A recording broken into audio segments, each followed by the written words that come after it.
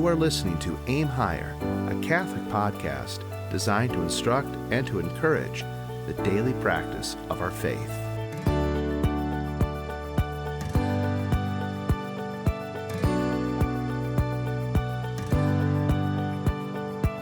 Pax et bonum, peace and good to you all. Welcome to another episode of the Aim Higher podcast. I knew. For those who are watching the video, are well aware that Father was posing. I was trying to actually read, but you distracted me with your podcast. Pax et bonum in my introductions. Podcast. How terrible of me to get in Do the a way of your podcast. I can't spiritual read. reading. I'm sorry. Don't get enough of that. May am all up. Kind of true. Anyway, I'm Sister Catherine, and and I'm Father Anthony. The funnier one is Father Anthony.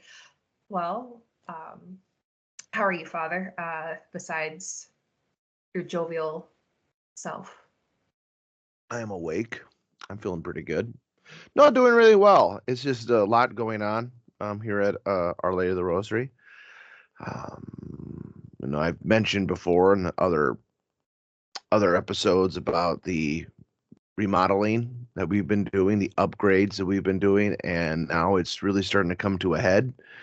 And my goal, I'm really pushing, try to get this all completed, at least the sanctuary, by Easter. I would like by Holy Week.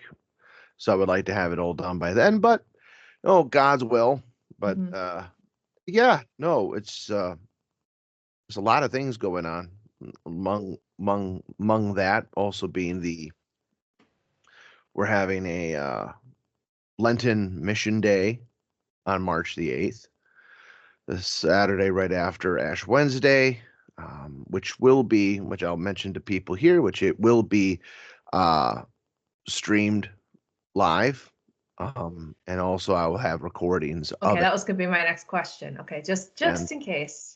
It's going to be recorded, and it's going to be a continuous live stream. It's happening between 7:30 to noon. That'd be Central Time. So it's going to be a continuous stream. So I'm going to have the schedule available. We'll probably put it even on our social media. Absolutely. What the schedule is, because there will be a time where people who are there will go and have breakfast, but the stream will remain on the whole time. So it will be. I think it will be good. The topic for this Lenten Mission Day will be the first part of St. Francis de Sales' book, Introduction to the Devout Life. Good book. Excellent book. Bringing that up makes me, I know a few years ago we went over that book on Monday Night Religion class, which those classes are starting up again this coming Monday. So we'll have those recordings going back up on our YouTube channel. And I'm starting to think, did he record those back then? I might have to go look at his computer drive, because then I'm like, might be worthwhile to find those and start putting that up online too. Well, I also have, I guess I'll throw it out there. I also have copies for sale of Introduction to the Devout Life. $10 a copy. I think it's a pretty good price. And for anyone that needs it shipping, it's going to be, plus shipping, of course. But no, it's such an excellent book. And especially, it kind of ties into what we're going to be talking about today, but especially for one who wants to get a kind of a practical outlook into their spiritual life and what, God expects of us from the day to day, each and every day. And we can kind of get lost when we look at the big picture, and we look at the big forest of salvation and we forget the trees, and we forget to focus upon each individual tree and it being an aspect of our spiritual life. Kind of like we walk through things with our head down, because we're afraid of what we might see. I walk with my head down a lot, but we focus. Well, Well, you can kind of guess it takes also the other way. One can focus then too much upon the pathway. You zero in on the pathway, and yet you're not looking ahead of you on the road.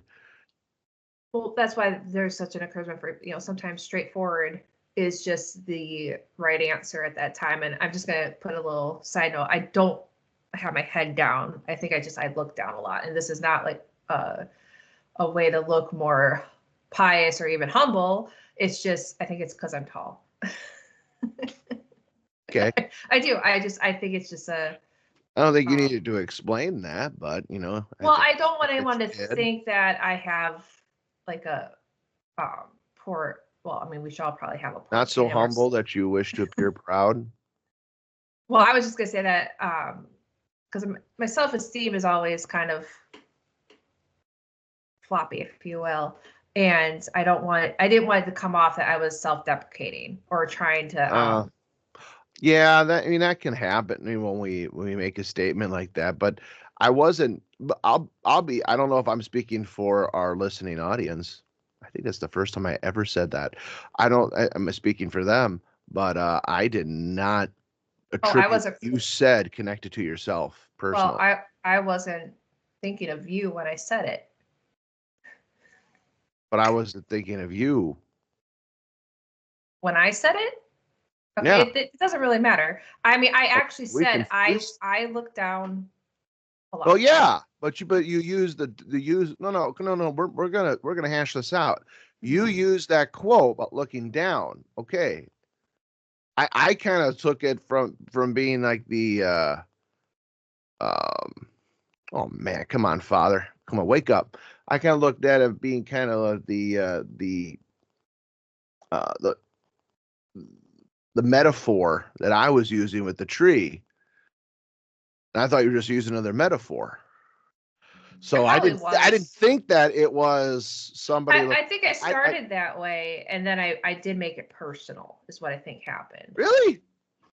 Well, I don't know. I mean, people that are listening to this are going to be like, "Well, we can go back and listen," and it doesn't really matter. I was just throwing it out there that I have improved on my opinion of myself, and which is a funny thing when you think about spirituality.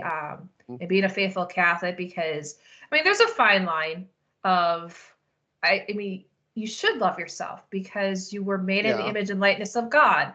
Yeah. And He loves you. Yeah. And you can't, and you're supposed to love your neighbor as you love yourself. So you can't love your neighbor if you have some sort of issue with yourself. Well, yeah, especially if it's one that's really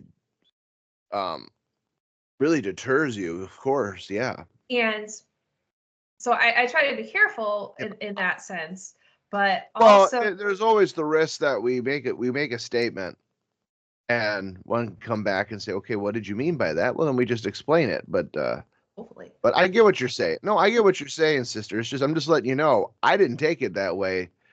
That you were applying it to yourself, or you thought it could be applied to yourself. I was focused on the metaphor, but with all the metaphor, everything you just said, it just reminds us that virtue is in the middle, isn't it? We have the person looking beyond and seeing, as I said, the whole forest, and you have the person who's focused on the road. You got to find the middle. Speaking of virtues in the middle, to put a little plug to our publication, The Seraph, the February issue, which will be out sometime next week, there is an article from His Excellency. Of course, I'm like, is it this month? Pretty sure. There's one called Virtues in the Middle. So, and he brings that up a lot in his sermons, and it's helped me a lot because, I have perfectionist tendencies, and, I've held myself back of trying things because I wasn't going to do it right, or if I made a mistake. And,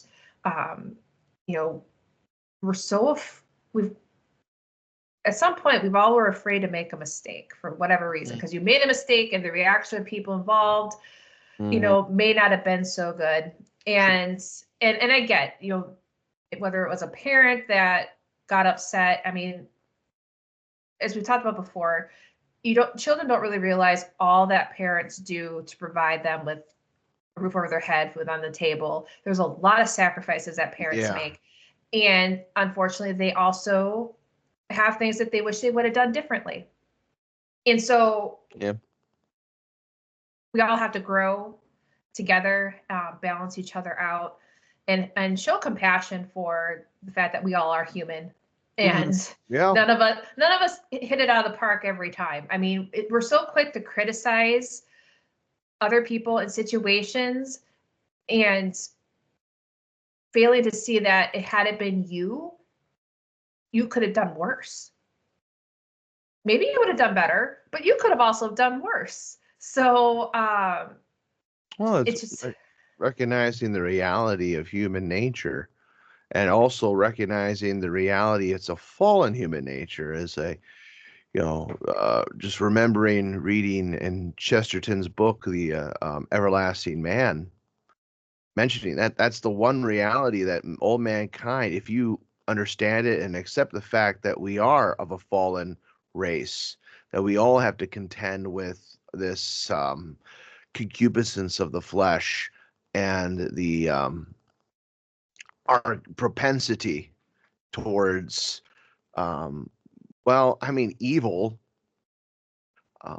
evil which hides itself under the guise of an apparent good. If we recognize that fact, boy, how many more people would be on the way to a true conversion of self to God, if you understand the fact that we are fallen, but we need the grace of God, not just the sacrifice of Christ once, but the continuous infusion of his grace that we need each and every day. So, but yeah, that's I'm well, and that kind of fits into we more or less decided on a theme for this year of the podcast, which kind of opens up different topics, but it's more or less growing closer to God. okay. All right. I'm going to be honest with you. I didn't realize until just this moment that the intention was to make that kind of a year theme. Even though I know it makes so much sense, but I'll be honest. I thought we were talking like this episode or maybe the next one. It's like, oh yeah, year theme, grow closer to God. I think you said that. I did say that. It's not well. Did It is. you? It is technically recorded, not part Yeah, of. I Like, mean, our I'm recorded not gonna podcast. look back on it. I don't need. I am when I edit this. When I I don't need edit to be this. reminded of my shortcomings. I mean, When I edit this not episode. this one anyway. Maybe you need to be. I don't know. We'll find out. Well, but I look back. Yeah, it is kind of what we were actually saying, but it just really it just kind of really dawned on me. Like, oh yeah, we're doing like the whole year, because he's like, we're looking in 2025. Okay, so what's our theme again? Growing closer to God, Growing which closer to God. That requires a Post-it note. Continue. Literally, I have a Post-it note. Growing I'm closer to gonna God. write one too. Yeah. You got Post-it notes too, huh? I got a whole stack of them.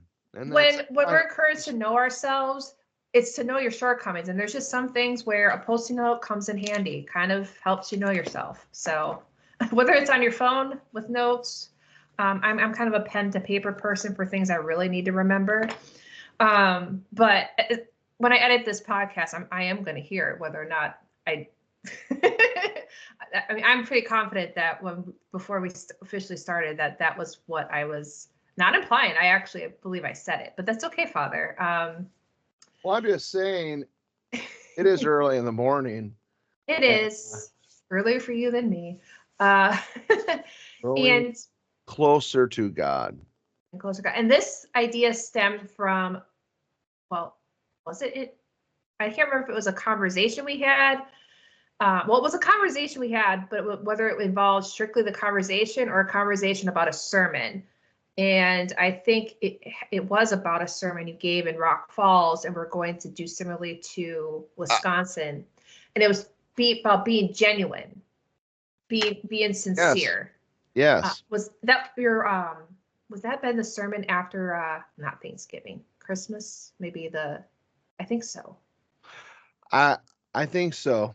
Okay. You know, Oh. it's interesting because we've done more sermons this last few weeks than usual. So it's Mhm. kind of can remember which one was it, but I think it was one of the around the right after After Christmas. between Christmas and circumcision, or it was the feast of the circumcision.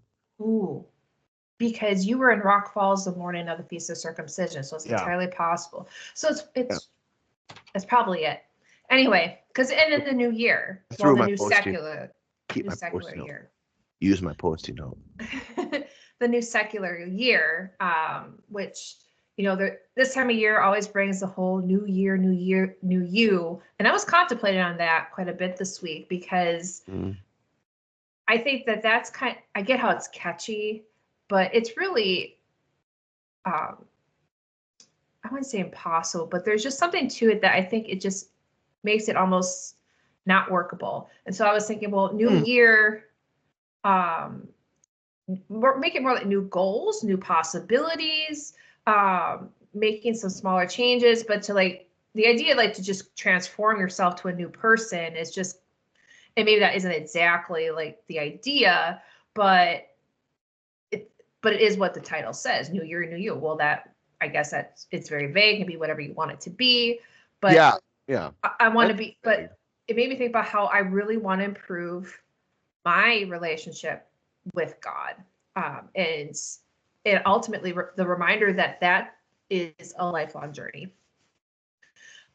Just like your Catholic education is a lifelong journey. It all plays a part. It doesn't just, it's like, oh, well, I maybe like last year you upped the ante and managed to commit to saying the Angelus 3 times a day, and you're solid in that.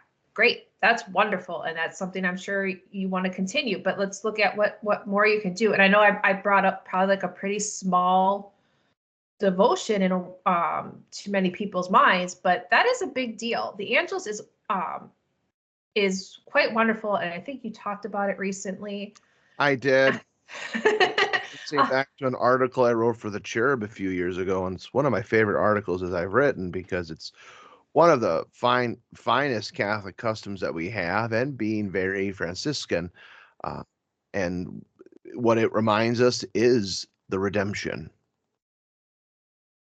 And so, just I guess the reminder that no effort is deemed unworthy to God. He definitely looks at things differently. And it's funny, I'm trying to remember what the circumstance was this week, but it brought out the discussion between the bishop and I of because we're to take delight in the Lord, but that God takes delight in you. And I think he said something like that. God takes in the light. I'm sorry, what was that?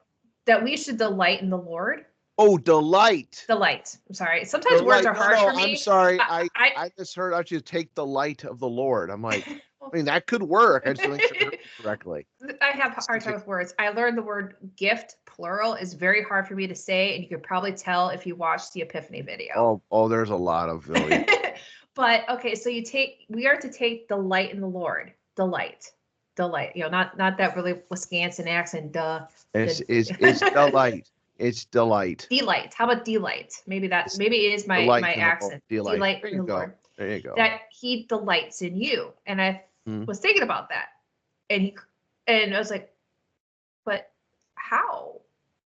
And he pointed out, well, God gave you a free will, and he enjoys what good you do with it. And I never thought about it that way. I mean, he's saddened by the evil we do with it. So why would he be pleased, happy? I mean, a couple years ago, we did the series of Pursuit of Virtue with the bishop. In January, the virtue is perfection. And I remember asking him, is God proud of us? And he said, absolutely. He is proud. Because I think people get murky with the word proud. But yeah.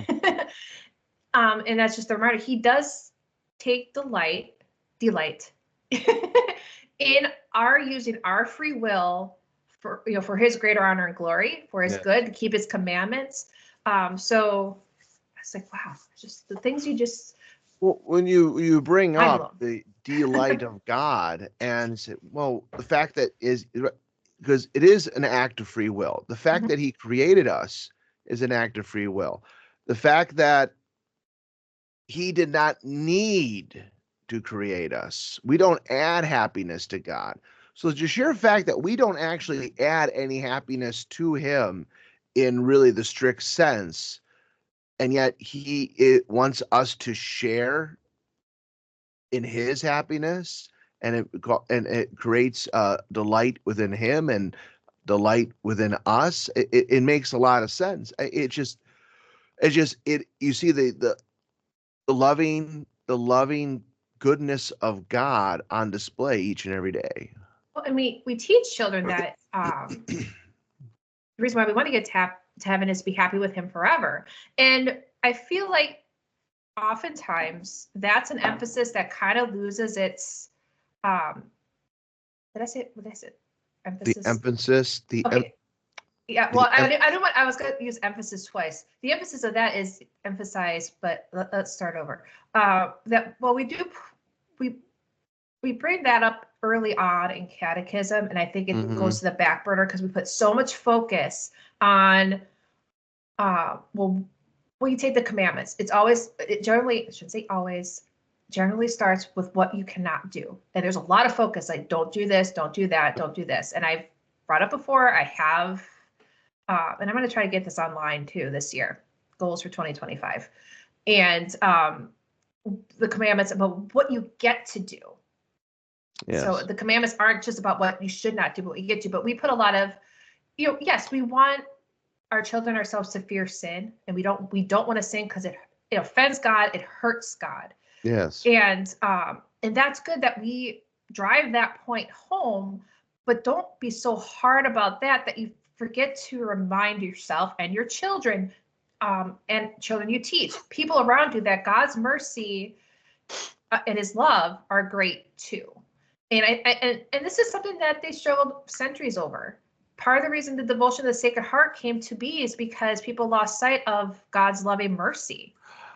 And there was just such a that he's an angry God, and like he's keeping score, and God does not want you to go to hell, but and he wants you to go to heaven, but he won't do it without your cooperation because he gave you a free will, the greatest gift ever. Well, is it the greatest gift ever?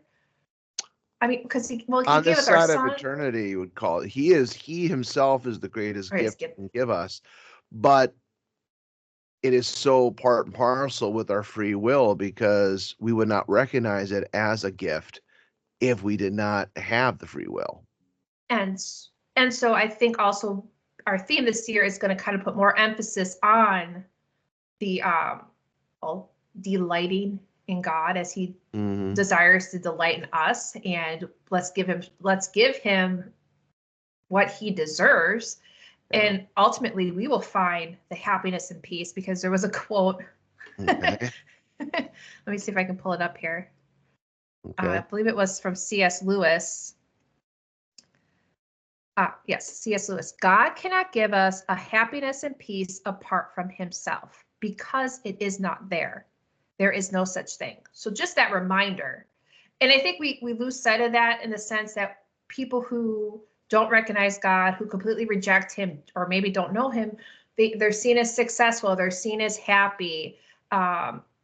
First of all, we know social media, there's different realities, and you're not getting the full picture. I actually saw a really neat depiction of that. They rigged it, these two women at the gym, and you have what you see is one woman seated, and she's drinking from her water bottle, and she has her friend who is standing on her head, on her hands, and she did something basically impossible. I think she lowered her legs or something. Like it's actually physically impossible, but they rigged the camera. What actually happened was they were actually laying on the floor, both of them. but switch the camera. And this was to remind everybody what you see very often is not reality. But we compare so much to what we see online. So, and we often confuse those material things, those aspects as happiness, when we know it's not. The bishop talks about that a lot in his sermons. So to kind of put all of that into our mindset this year, because we do get very very worked up, and we know comparison is a thief of joy. So anyway, would you like me to bring up the Chesterton quote? Would that be a right time? Or well, I one thing that was coming to my mind as you were talking is I think when you brought up the fact that people have the wrong idea of what religion truly is, the Catholic religion truly is, and people focus so much upon the negative, and they look upon the faith from a completely servile point of view. We must do, we have to do, this is what we're told to do.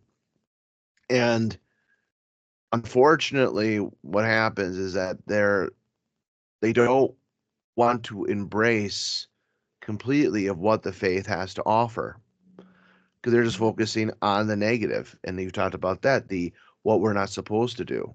And, well, I want to do this. I don't see what's wrong with my doing this or engaging in this activity or having this belief or being with these people. I don't see what's wrong with that. And I don't like this faith telling me that, because I want to get along with everybody. But you have to first look to say, get along with God. And if God makes it very clear, and which he has done through his holy religion, through his holy church, by telling us we must do this, but also telling us, we must avoid this, but also telling us we must do certain things. And for those who look at the Catholic faith as being this very negative and very kind of just dreary thing, it reminds me of the movie Going My Way, and you have good old Bing Crosby playing Father O'Malley, and he's explaining to this young couple about, how the faith can be. And he's like, do people think it has to be like this on the piano going, it has to be like dun dun dun dun dun, but why can't it be more like this? And just kind of playing it, and I was like, I'm Bing, and this really lighthearted music, and I'm sitting there going, like, oh, it's a very simple way he explained the conflict that people have. They make it, they take it too seriously. And I said, whoa, Father, what are you saying? We're not supposed to take our faith seriously? No, you yourself are taking it too seriously. The faith itself is very serious. The faith itself has truths that we must hold to, and it brings our minds to great realities, really profound realities. The thing is that we can't add our own scrupulosities, our own anxieties to it. Put that aside and focus on the loving God. And the more that you give yourself to God in this, those things that were holding you back will seem to be less and less meaningful to you. And you'll be, well, why did I get what? You may even find it in something so simple as you'd enjoy sitting and watching television. I'm sitting watching, or you're going on YouTube, or you're going on whatever, and you're looking this online, and you're watching this and you're enjoying it. And then you just sit there and go, I could be do something better with my time. I could be giving myself to God in prayer. I feel more inclined to do that. I'm going to do that. Mm-hmm. Showing that, in moderation, things can be good, but perhaps we can find in those little things that we're drawing ourselves closer to God, because these little things don't have that same, they never really do, but we don't have that same attraction And, those are the opportunities to really say, okay, go, Lord, let me work with that grace of yours. So it's the faith is such a positive thing. It's positive. Absolutely. Well, and in this day and age, we have the privilege. Let's say you did settle down and you started watching a movie. And during the movie, at some point, the thought comes to your mind of what you said, like, this is, but I could pray. We could pause what we're watching and go back to it later. Yeah. And I have to say, like, the people, like, when we were children, when, you caught things on only when it was on air, maybe you recorded it on VHS tapes. But even then, like, you just stop. I mean, because you find out, like, none of that is really that important. Is it going And to just, change your life? yeah, just take an intermission, and go talk to God. I was just going to, what did you say there? Oh, there was something that was sticking in my brain. Does it like we engage in something in the world and we build ourselves up for it and we do it. And whether it's like, let's say it's the people looking forward to a new movie coming out, this big movie that they were looking forward comes out and you watch it, you enjoy it, but when it's done, it's done. You saw it. Yeah. There's really no more aspects for you to see. You have people who sit and examine these things and they can find, various points. And yeah, okay, they are different aspects, but generally speaking, the experience is over with God, who is eternal. The experience is never over. We can always there are always different things about God, aspects of God from our human mind, our human capacity to understand that we can delve into. There's no limit to That's the what's great love that about we it. can give to God, because there's no limit to the love that He gives to us. This is one of the many great gifts when it comes to the love of God. Well, and loving and enjoying God is a choice that we get to make. You get to Delighting. delighting. Yeah, I had to put the emphasis on Delight. D. D. The thing that I wrote it down so I wouldn't continue to forget, that came to my mind as you were speaking, because you brought up, the more or less the anxieties, the scrupulosities, and you Yeah. have, and I know this from example, and it might almost seem contrary. And if there's something wrong with what I'm saying here, please let me know, Father. But Mm. I think you and I both have grown to do this, and almost to probably the surprise of parishioners. But we don't notice the things that you notice of other people. Mm. And the sooner you stop looking at what other people are doing, the sooner you will find peace. I mean, and I'm not talking about things that are necessarily sinful, but if the way some children behave in church really triggers you, and I know we brought this up a lot. I get it's easy to like judge the child, judge the parents, whatever, but if that's something that constantly comes to your mind week after week when you go there, Mm-hmm. you are also part of that equation, to the point like you're upsetting yourself. And True. and I know I brought it up before, like, unless there's like a real actual like encouraging bad behavior on the child from the parents, which then if that's something you actually did see happen, bring it to your pastor and let him deal with it. But you also have to let him deal with it. And don't assume that, well, things are still continuing, he must not have handled it. Don't worry about it. It's not your problem. You are your problem. And but it is amazing when people bring up, well, did you see what so and so wore? I was like, honestly, I'm not paying attention. And Yeah. and I'm not saying that because I'm so into it being in chapel. I'm trying to be, but you just learn to not fret about those things. I mean, and I can get worked up too. Like sometimes, like, okay, what are you thinking? And then I think, well, can I say something charitably to this person? But ultimately, whenever I notice, maybe some questionable behavior or a questionable choice in attire, I pray for that person to see it. But I Mhm. also pray that, I'm not being too judgy. And True. women, especially, we notice these things. And you really have to work at not noticing. And I mean, I'm grateful, but I also do sit up front in church.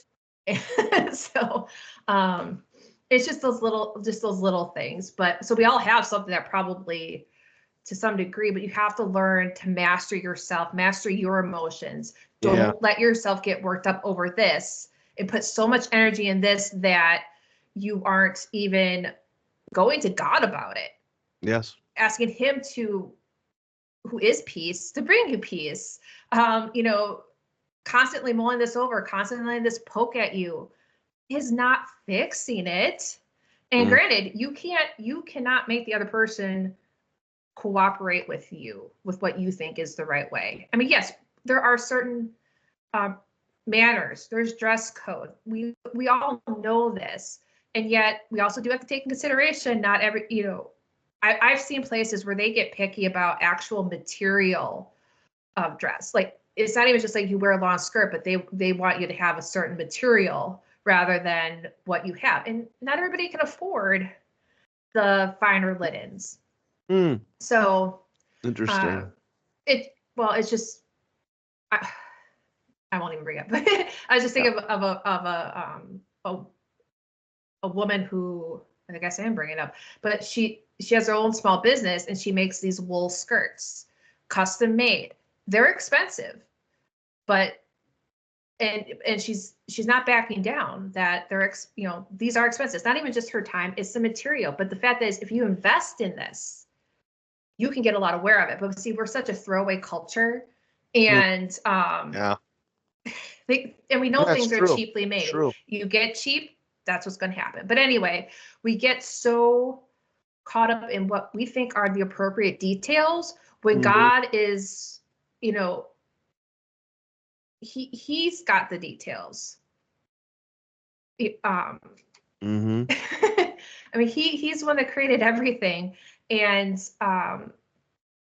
anyway, I guess all that to say, just don't let other people destroy your growth in loving God. Because I think that's probably one of our biggest obstacles is other people. And I'm not even talking about people who have completely different, opinions, or you have people in your life that are atheists, agnostic, whatnot. Oftentimes we're butting heads with fellow Catholics. So, and we're butting heads because we ourselves, I mean, you may not physically be butting heads. The other person may not know how you feel about choices they make, which is all the more reason, the reminder that this is you needing to deal with it. And again, I'm not condoning you'll just accept sinful behavior. This is not what I'm talking about. It's like the everyday people having different mannerisms, people having different manners of speech, all those things. We all have our quirks.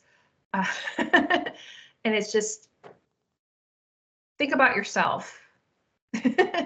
And what when you find yourself annoyed with other people, there's probably someone out there that you annoy.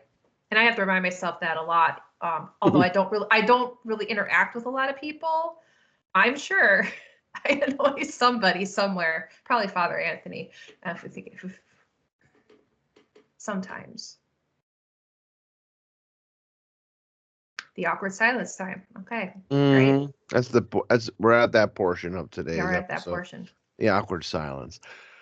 Well, it's human nature, and it's just, you know, anyone at any time can annoy another person. It's just not how you deal with it and how you express it. Very often that we act in a negative way, it's because that we're dealing with something spiritually, and there's guilt attached to given into certain sins, or we become disgruntled because we are giving in to sin. And with someone, and you see virtue and it annoys you because because you're not doing it, and you start nitpicking at that person. So it's And very it's interesting how exhausting. that And it's exhausting to do it's that. I think exhausting. if we all really think about it, it's exhausting to nitpick. So stop doing it. just stop. I mean, go cold turkey. Just whatever stop it. means. Stop it.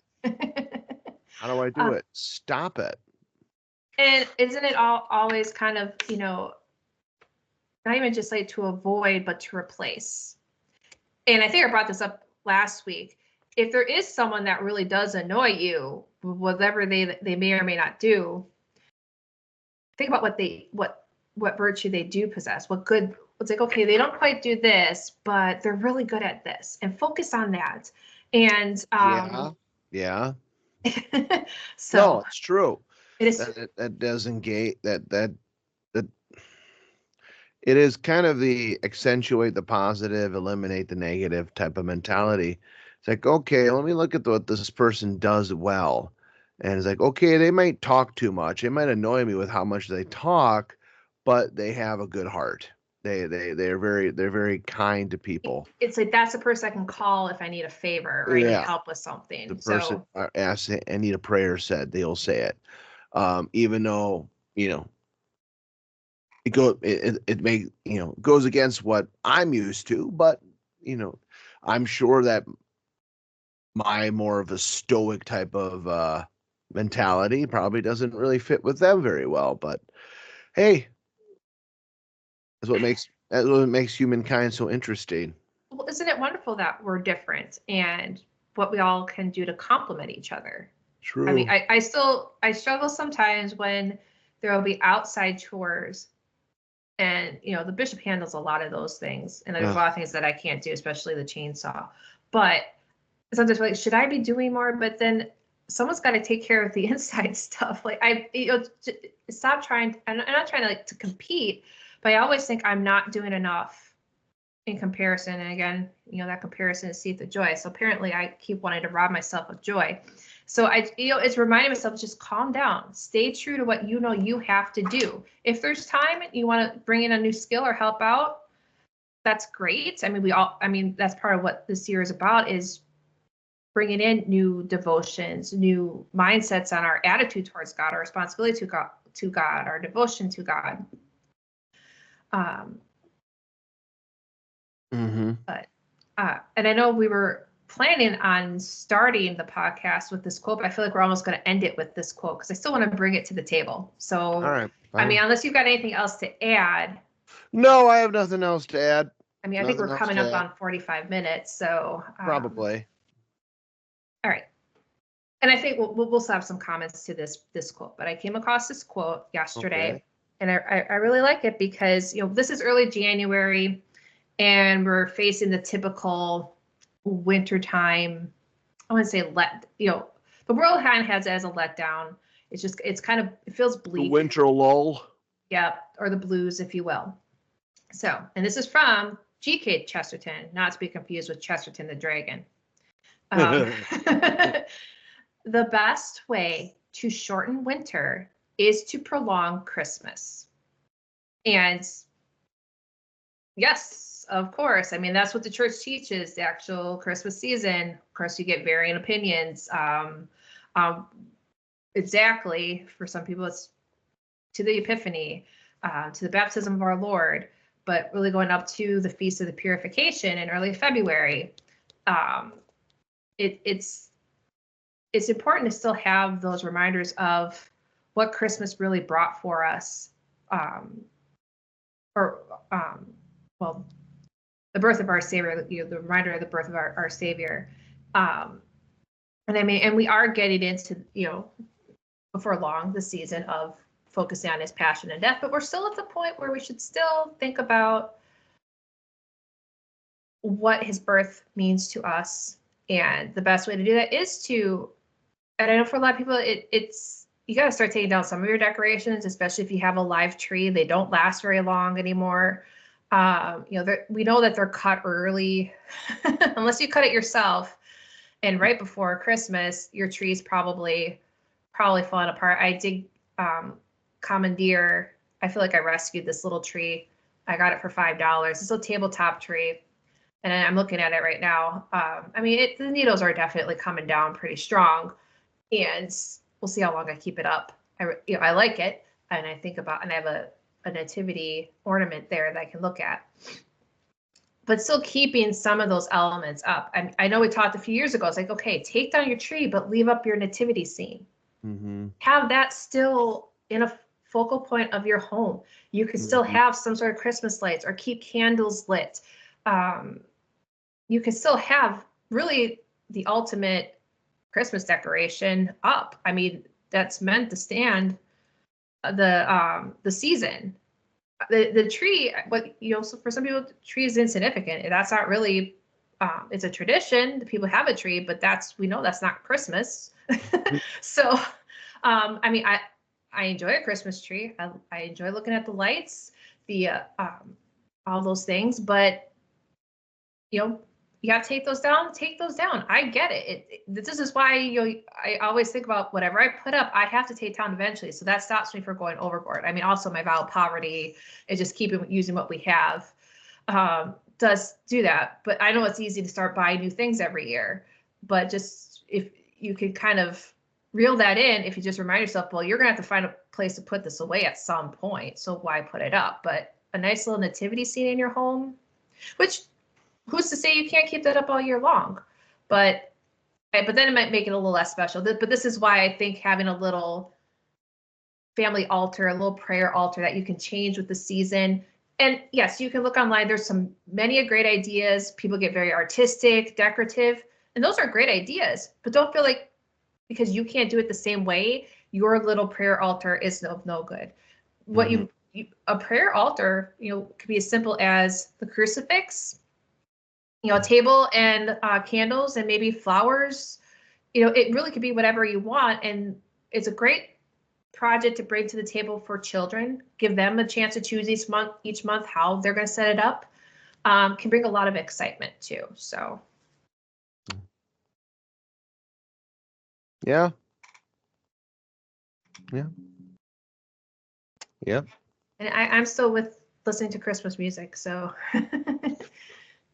Well, and of course, there's the spiritual aspect of that quote.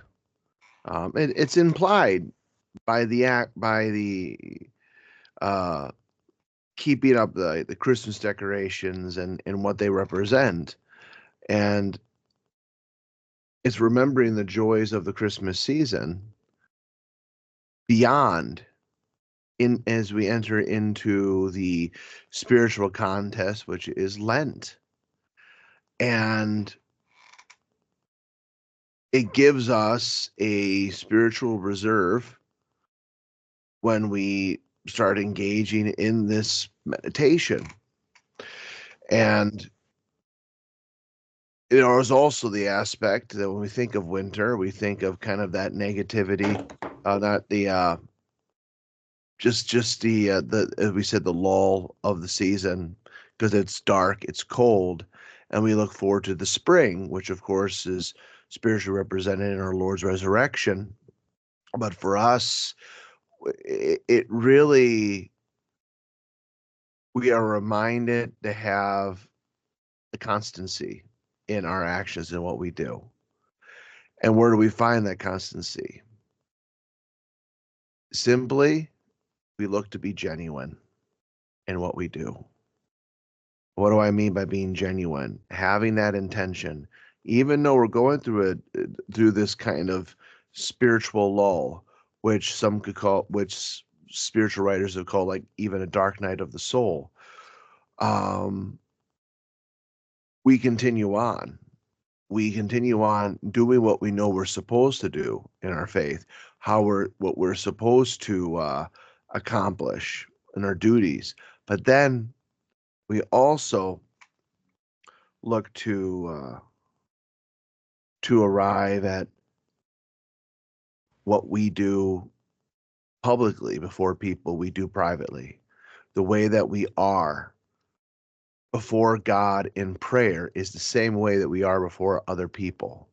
And how are you going to be before God in prayer? Humble prayer, giving ourselves our attention to God. Before you give into meditation, especially like a longer prayer like the Rosary, you have to place yourself as though you're before God's almighty throne. Now, take that into the world. We are now placing ourselves before God. God is before our minds. So when we deal with other things and we act with people the same way we act with God.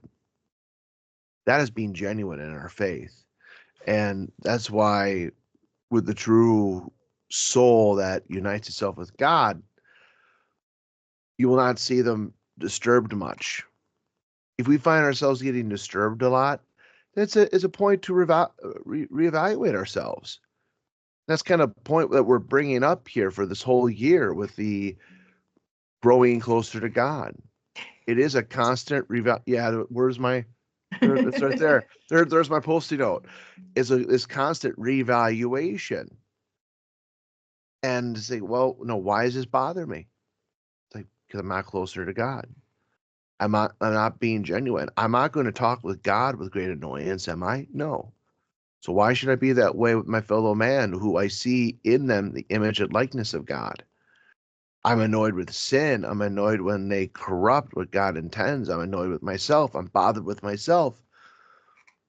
But that genuine care and devotion has to be taken out into the world if you're ever hope to overcome yourself, you ever hope to see that fault and turn it into a virtue, or transform it into a virtue, I should say. So that should be our goal. So the way I am privately should be the way that I am publicly. There should be no hypocrisy in my actions and my thoughts. And if I have something that is especially a sin, something that's a vice that holds me back, then I would not, if you don't want people to know, in many cases, for many, that is the case. We don't want people to know our sin.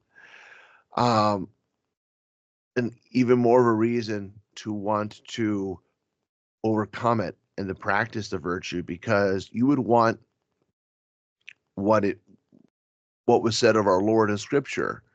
The Pharisees, they found no fault in him. They found no sin in him, in Christ. They didn't see it. So they had to make up things that they accused our Lord of doing. So since they found no sin, we should look to imitate Christ in that. There's no sin. And you see a genuine Christian, a genuine individual who loves their faith. They love God and they love the fellow man for the love of God. And that, you see, is a genuine Christian, a genuine Catholic. One in this is growing closer to God. So we should genuinely pray to God to give us that grace of desire of drawing ourselves closer to him. So with that, that's what I have to say on this, sister. What do you have to say? Anything say you? Deo gratias. Deo gracias. Very good.